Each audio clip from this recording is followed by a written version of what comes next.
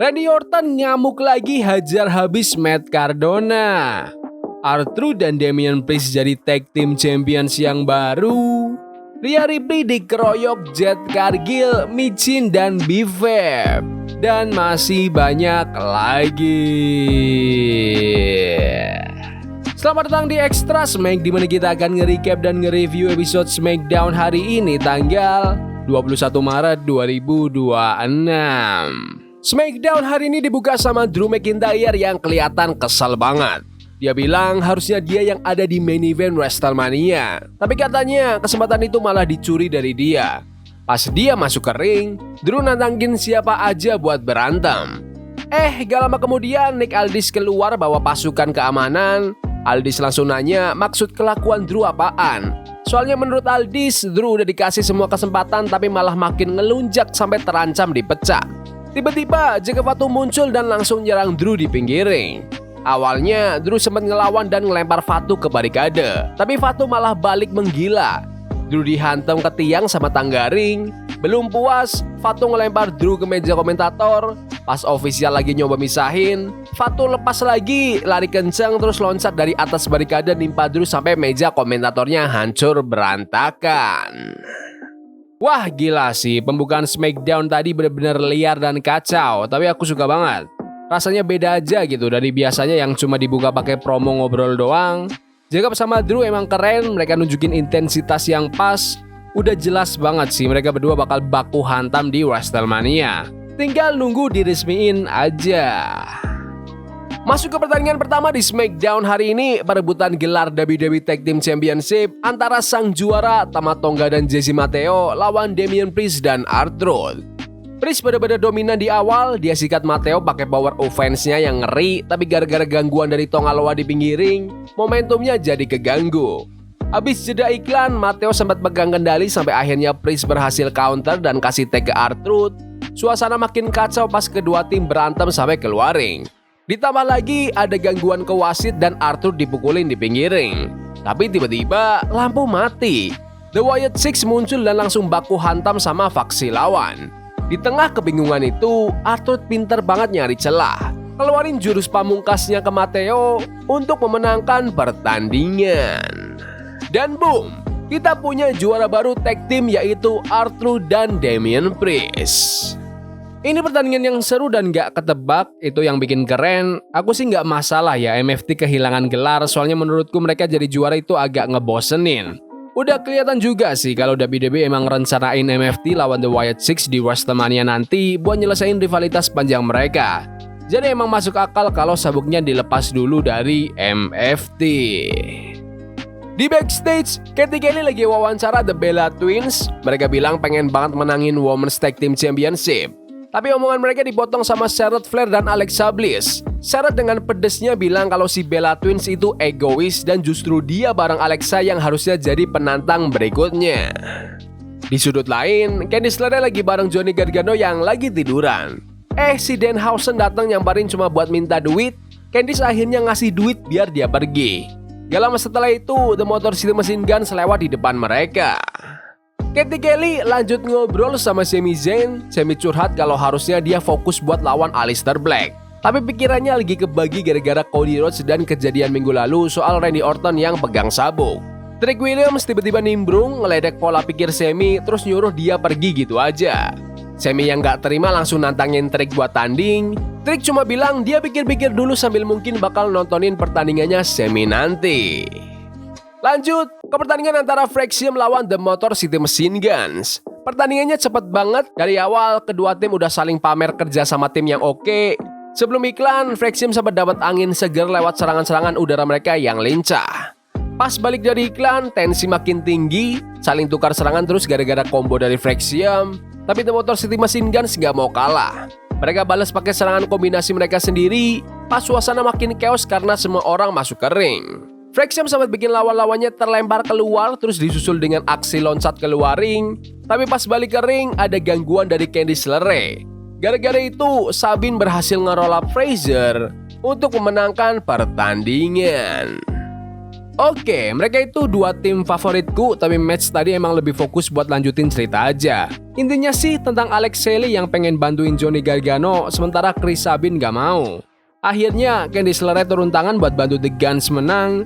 Gara-gara bantuan LeRae ini, dia jadi mikir kalau The Guns mungkin bakal mau gantian bantuin dia soal Gargano. Aku belum tahu sih arah ceritanya mau kemana, tapi ya setidaknya ada progres cerita lah ya. Randy Orton masuk ke ring sambil bawa kursi yang penyok terus duduk santai di situ. Dia mulai cerita soal ikatan batin yang dia bangun sama fans selama bertahun-tahun. Orton bilang dia ngerasain banget energi dari penonton dan selalu pengen kasih yang terbaik balik ke mereka. Tapi katanya meskipun ada momen-momen itu, sekarang dia ngerasa hampa banget. Terus fokus Orton beralih ke karir dan legasinya. Dia pengen diingat lewat jumlah gelar juara dunia yang udah dia menangin. Dia sempat bahas kemenangannya di Elimination Chamber dan gimana dia tadinya siap lawan Drew McIntyre sebelum semuanya berubah.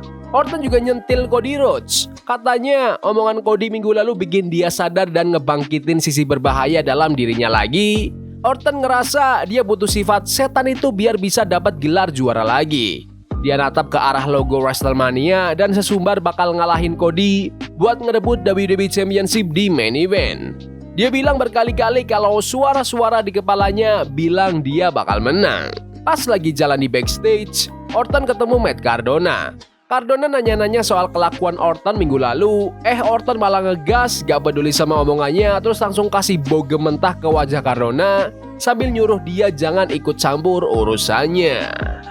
Penjelasan dari Randy Orton tadi lumayan. Dia bilang pengen legasinya itu dikenal karena menang gelar juara dunia, bukan cuma sekedar ramah tamah sama fans di pinggir ring. Emang kedengarannya Orton jadi kayak orang sombong yang egois sih, tapi ya nggak apa-apa. Fans juga masih ada yang sorak buat dia karena emang mereka sayang banget sama Orton. Uniknya, Orton gak nyalahin fans kayak yang biasa dilakuin pegulat heel lain, jadi promonya kerasa beda. Lanjut ke pertandingan antara Aleister Black yang ditemenin Zelina Vega melawan Sami Zayn. Sebelum bel bunyi, Trick Williams tiba-tiba muncul buat nontonin pertandingan itu dari pinggir. Pas tanding, keduanya saling adu pukul dan pamer counter yang keren. Abis siklan, Black mulai dapat momentum lewat tendangan-tendangannya yang maut. Sami nggak mau kalah dan sempat balik nyerang, tapi kacau nih. Si Trick Williams malah nyari gara-gara dengan ngelempar minuman ke arah Sami. Sami sempat emosi dan pas Sami lengah gara-gara gangguan itu, Black langsung sikat pakai Black Mass untuk memenangkan pertandingan. Di sini aku galau sih karena pengen dua-duanya menang. Soalnya Sami Zayn sama Aleister Black sama-sama butuh kemenangan itu. Menurutku perseteruan Sami sama Trick ini masuk akal banget kalau mau dibikin cerita double turn, Sami jadi heel dan Trick jadi babyface atau Black jadi babyface. Tapi aku nggak tahu apakah itu rencananya. Kayaknya penonton di arena yang bakal ngasih kode tuh ke bos-bos WWE. Di backstage, Matt Cardona nyamperin Nick Aldis buat minta tanding lawan Randy Orton, tapi Aldis langsung nolak karena Orton lagi berbahaya banget. Terus Carmelo Hayes datang, tapi Aldis kasih tahu kalau open challenge buat United States Championship dibatalin. Pas Aldis pergi, Ilya Dragunov nyamperin Melo, terus mereka berdua adu mulut soal kesempatan dan apa yang bakal mereka hadepin ke depannya. Jade Cargill masuk ke ring dan manggil Rhea Ripley. Rhea datang, terus mereka berdua hadap-hadapan tegang banget. Jade bilang kalau sebenarnya dia nggak butuh-butuh banget tuh sabuk juara. Rhea balas dengan bilang kalau dia benar-benar berdedikasi sama bisnis ini dan bakal terus ngejar gelar juara itu. Mereka berdua bahas soal perjalanan dan motivasi masing-masing sampai akhirnya Rhea konfirmasi kalau dia bakal ngambil gelar itu di WrestleMania. Jade milih buat gak main fisik dulu dan mau keluar ring, tapi tiba-tiba Michin sama Bivep muncul dan ngepung ring. Keributan pecah, Rhea dikeroyok, Michin pakai kendo stick, terus Jade ikutan nyerang pakai tendangan maut dan ngeluarin jurus pamungkasnya pas Rhea lagi ditahan. Rhea bener-bener dibikin gak berdaya. Mereka meranin karakternya dapat banget. Jade acting jadi heel yang sok asik dan ngerasa nggak butuh gelar, sementara Rhea jadi sosok babyface yang disukain fans dan tegas bilang kalau dia pengen gelar itu. Sekali lagi, Rhea emang gampang banget buat disukain. Terus sekarang ada faksi cewek baru nih. Aku sih oke aja soalnya ini ngebantu Jade sebagai juara biar ada pengawal di belakangnya. Michin sama Bivep biasanya nggak ngapa-ngapain kan tiap minggu, jadi sekarang mereka bisa jadi aliansi Jade. Walaupun agak nggak masuk akal soalnya dari kemarin mereka dihajar mulu sama Jade. Ini juga bikin Rhea kelihatan tangguh karena dia harus ngelawan teman-temannya Jade juga. Di bagian lain backstage, The Miz sama Kit Wilson lagi ngeluh soal masalah perjalanan mereka dan badan yang lagi nggak enak. Tiba-tiba Danhausen muncul dari belakang dan bilang mereka berdua udah dikutuk terus pergi gitu aja. Gak lama, barang-barang di sekitar mereka pada jatuh sendiri, horor banget dah. Terus, Solo Sikoa bareng kelompoknya lagi bahas soal kekalahan mereka yang bikin kehilangan gelar tag team. Solo nyalahin timnya gara-gara hasil itu dan bilang nasib mereka di WrestleMania bisa keganggu. Mereka sempat adu argumen dan suasananya makin panas soal siapa yang tanggung jawab. Tiba-tiba, Jake Fatu sama Drew McIntyre masuk ke area itu, lanjutin berantem mereka yang tadi. Fatu ngehantam Drew ke pintu garasi sampai ofisial harus turun tangan lagi. Lanjut ke pertandingan perebutan WWE United States Championship antara sang juara Carmelo Hayes melawan Ilya Dragunov. Dari awal bel bunyi, mereka berdua udah langsung jual beli pukulan. Dragunov sempat pegang kendali duluan lewat chop keras sama suplexnya yang ngeri. Abis jeda iklan, gantian Melo yang dapat momentum. Dia ngeluarin cutter terus lanjut frog splash yang mantep banget. Tapi Dragunov gak tinggal diam, dia balas lagi pakai deretan suplex sama senton.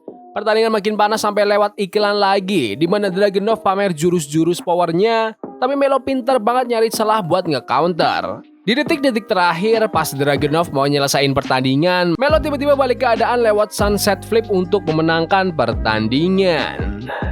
Gila, ini match mantep banget, berasa nonton level acara premium. Mereka berdua emang berbakat dan chemistry-nya dapat. Aku sebenarnya pengen banget Melo punya rivalitas yang lebih panjang buat gelarnya, tapi jujur ini salah satu match US title terbaik yang kita tonton setahun terakhir.